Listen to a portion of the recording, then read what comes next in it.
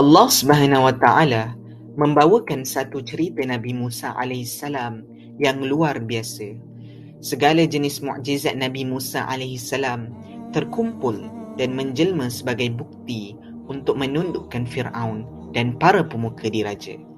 Nabi Musa alaihissalam diutuskan kepada Firaun dan pemuka-pemuka kaumnya dengan membawa kebenaran agar Firaun dan pemuka diraja yang lainnya tunduk kepada baginda alaihissalam agar Bani Israel dibebaskan.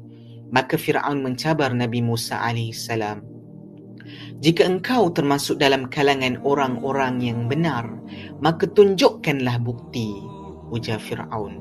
Lalu Nabi Musa alaihissalam melemparkan tongkatnya. Tiba-tiba tongkatnya itu menjadi ular besar yang sebenarnya. Kemudian baginda alaihissalam mengeluarkan tangannya, lalu tangannya itu bercahaya. Pemuka-pemuka diraja mulai menghasut Firaun. Mereka berkata, "Orang ini benar-benar penyihir yang pandai yang hendak mengusir engkau keluar dari negerimu." Atas saran mereka, Firaun memanggil seluruh ahli sihir yang terkenal yang paling berkemahiran dalam bidang sihir.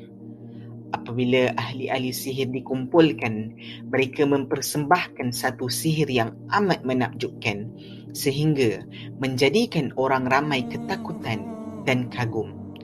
Allah mengilhamkan kepada Nabi Musa alaihissalam agar melemparkan tongkatnya kembali, lalu bertukarlah ia menjadi ular hidup yang besar, lalu menelan semua ular sihir yang direka-reka para penyihir yang lain.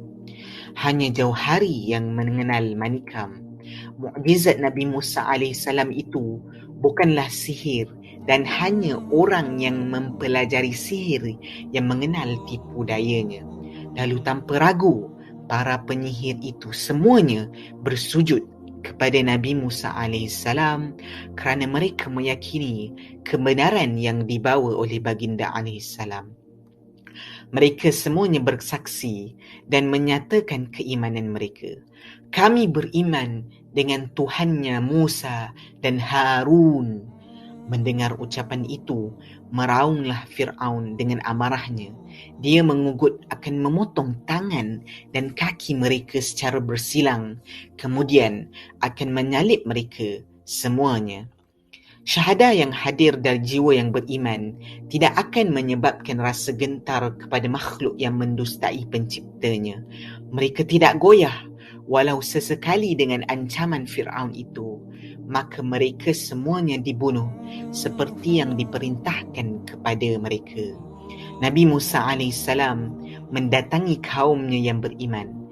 Baginda alaihissalam menuturkan kalimah yang begitu halus sebagai nasihat kepada kaumnya itu agar terus bersabar dan bertakwa kepada Allah Subhanahu wa taala.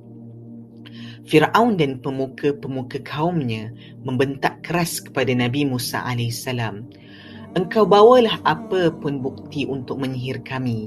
Kami tidak akan beriman kepadamu."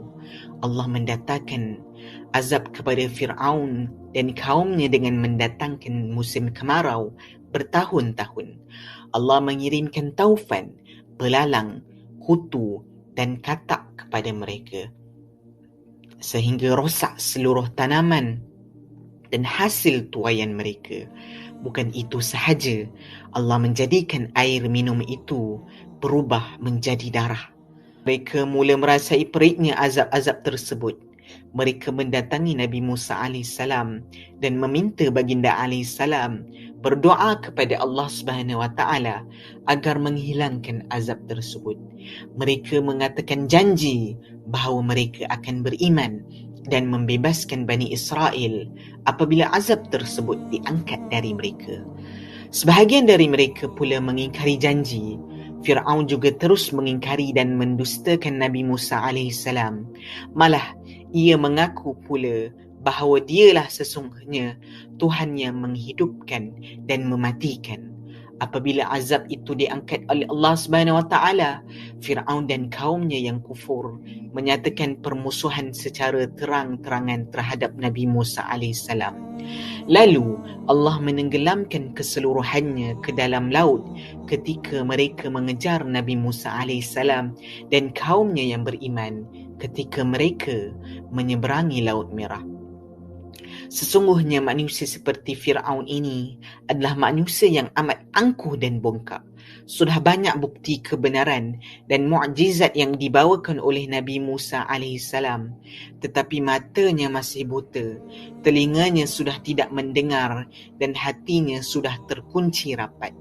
Tiada langsung cahaya Allah yang berjaya menyinari mana-mana sisi tubuh Firaun.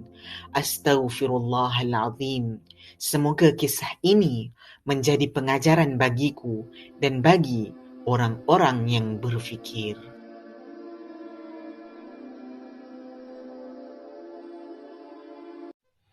Nak tahu apa lagi ada pada setiap juzuk? Sertai kami di Tadabbur Plus sekarang.